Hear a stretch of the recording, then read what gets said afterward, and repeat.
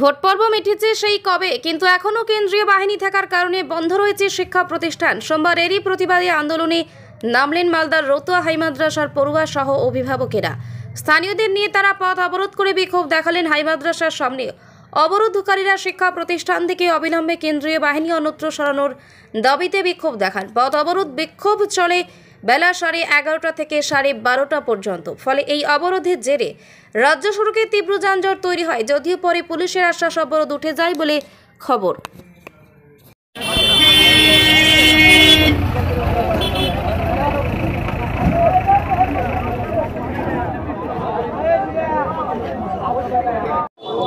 আমরা ক্লাস 10-এ উঠে গেছি, রতুয়া হাই মাদ্রাসার ছাত্রী, কিন্তু 6 মাস হয়ে গেল আজ পর্যন্ত স্কুলে কোনো ক্লাস হচ্ছে না, কিংবা একটা পরীক্ষা হচ্ছে না, ভালো পরীক্ষা হচ্ছে না। আমরা সেন্টারে গিয়ে কেমন করে পরীক্ষা দেবো, কিংবা স্যারেরাও এমন গুরুত্ব দিচ্ছে না যে আমাদের স্কুল হবে কি ভালো মন্দ।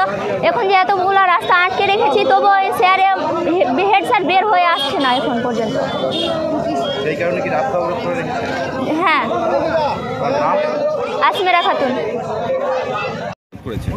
আমাদের স্কুল হাই মাদ্রাসা স্কুল আজ 6 মাস থেকে বন্ধ আছে, তাই জন্য আজকে আমরা পথ অবরোধ, বাচ্চাদের পড়াশোনা নষ্ট হচ্ছে, স্টুডেন্টরাও আছে আমাদের সঙ্গে। আমরা লোকাল হয়ে আমরা সমাজের হয়ে আমরা সবাই আন্দোলনটা করছি, নেমেছি বাধ্যতামূলক। এখন আইসি সাহেব 3 দিনের সময় নিয়েছেন, ফোর্সগুলোকে নিয়ে যাবেন অন্য জায়গায়, কিন্তু আইসি সাহেবকে বলা গেল আপনাদেরকে জানিয়েছে হেডমাস্টার, কিন্তু হেডমাস্টার উনি বলছেন না, আমাকে জানানো হয়নি। কত মাস ধরে বন্ধ আছে? আর প্রায় ভোটের আগে থেকে দাঁড়িয়ে, পঞ্চায়েত ভোটেও বন্ধ ছিল 2-3 মাস, এখনো 3-4 মাস চলছে, 6 মাসের মতন চলছে বন্ধ।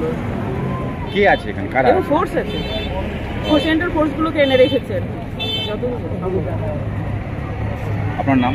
আমার নাম সাবিনা ইয়াসমিন। বাড়ি? হ্যাঁ, বাড়ি রতুয়া? হ্যাঁ, রতুয়া বাড়ি।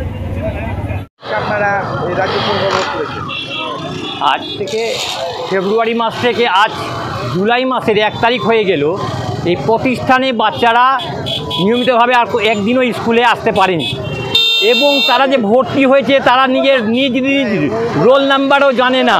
তারা যে পঠন পাঠনে যে 6 মাস অতিক্রম হয়ে গেল, অথচ রোল নাম্বার পর্যন্ত বাচ্চারা জানে না। এবং কি করে পঠন পাঠন হবে, এখান থেকে বিএসএফরা এবং আর্মিরা অনির্দিষ্ট কালের জন্য রয়েছেন।